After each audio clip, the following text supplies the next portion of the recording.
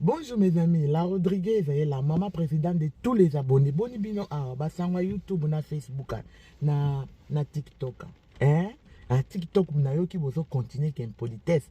botikako. Hein? To comme la fin de l'année, to se réservé. Hein? Ko finga mama moninga, ko finga mobile moninga, ko finga mwana moninga, ezara na tina te. Yango te ça la crédibilité na biso. To za ba femme africaine, il faut te ba ko respecter ba valeur na biso. Kofinga moningo ya pembeni na yo oya edayo na quelque chose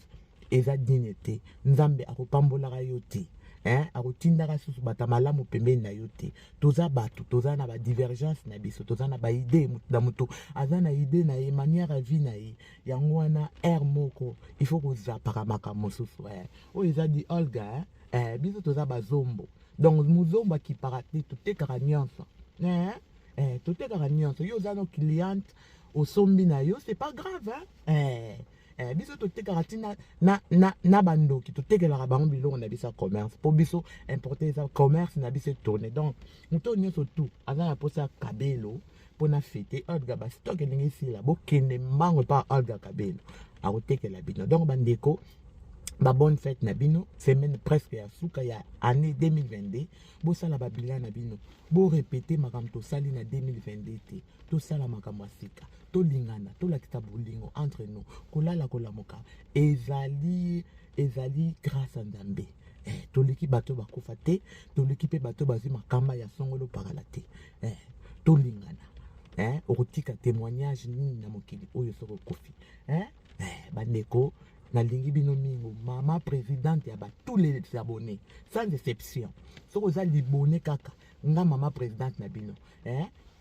bientôt c'est mon anniversaire balibone botombola ba drapeau ya Facebook ya YouTube na TikTok moi on est un monde à part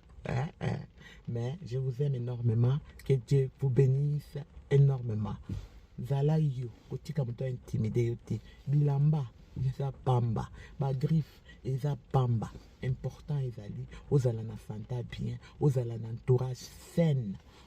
bato balingaka yo ya solo oyo soko olingi osalika mabe baye bakritike yo wana nde eza vie ya malamu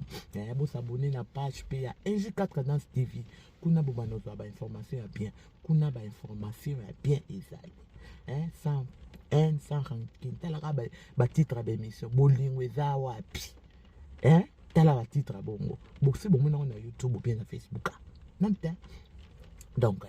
bolingo eza wapi pesa opinion na yo donc bokende kuna bosabone to changer fréquence totika ba fidélité na sima to lakisa oyo toyebi kosala koloba eza grâce